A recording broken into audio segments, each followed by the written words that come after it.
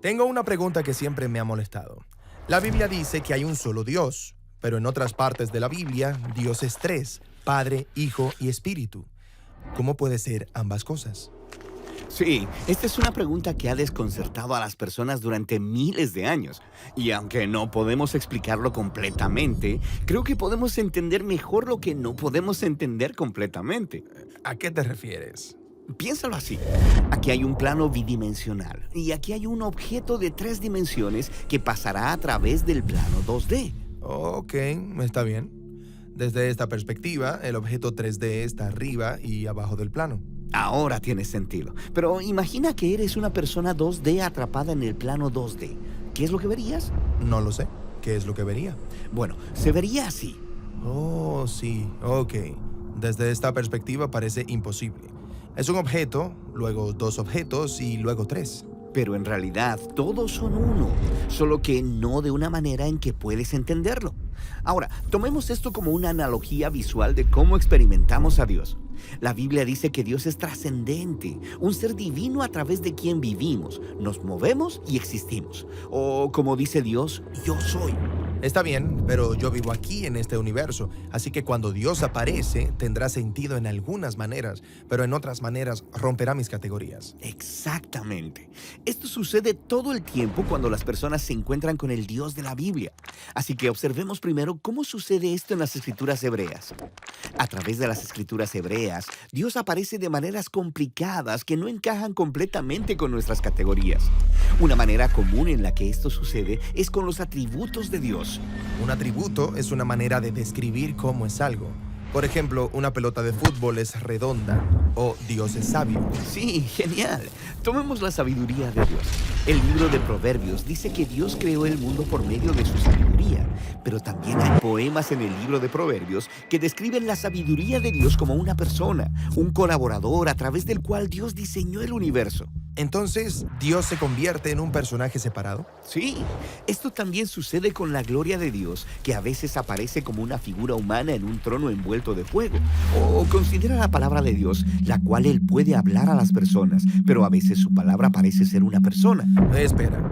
Entonces, ¿los atributos de Dios se han convertido en nuevos dioses pequeños? No, no. Los autores bíblicos creen que solo hay un Dios todopoderoso.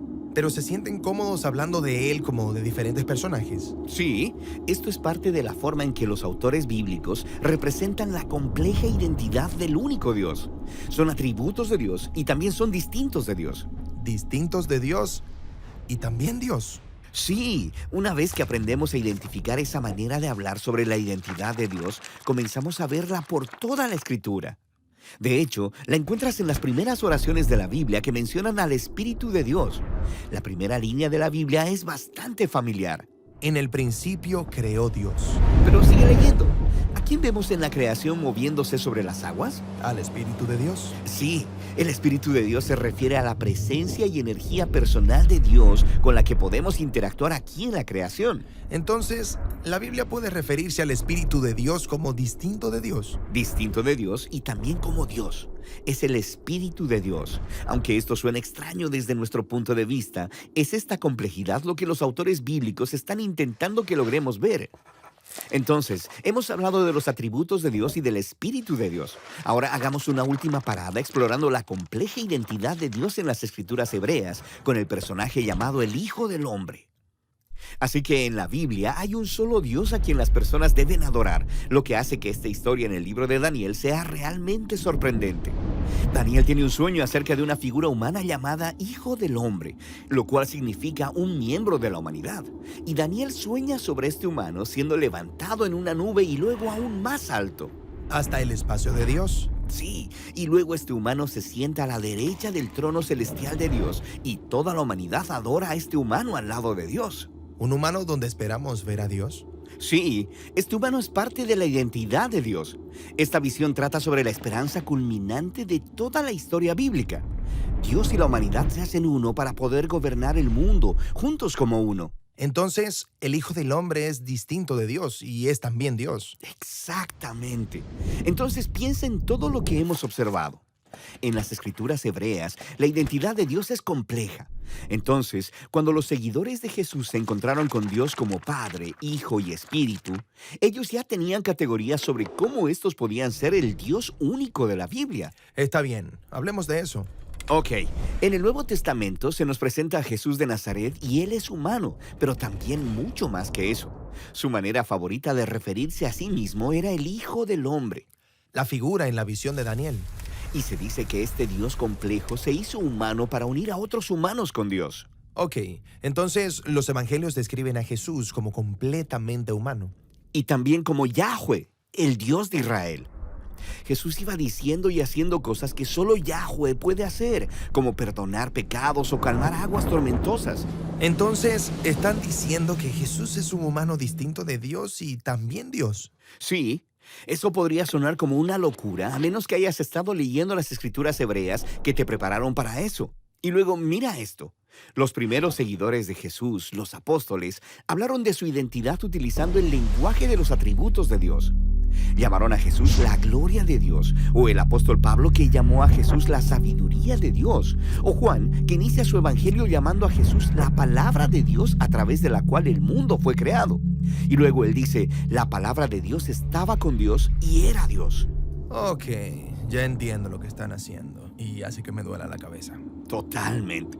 Y si quieres que la cabeza te dé más vueltas, considera esto. Jesús, quien es descrito como Dios hecho humano, hablaría con Dios como una persona distinta. Y cuando lo hacía, le llamaba Padre. Cuando Jesús hablaba acerca de Dios, no estaba refiriéndose a una energía o a una fuerza abstracta. Él estaba hablando de un ser personal con el que te puedes relacionar.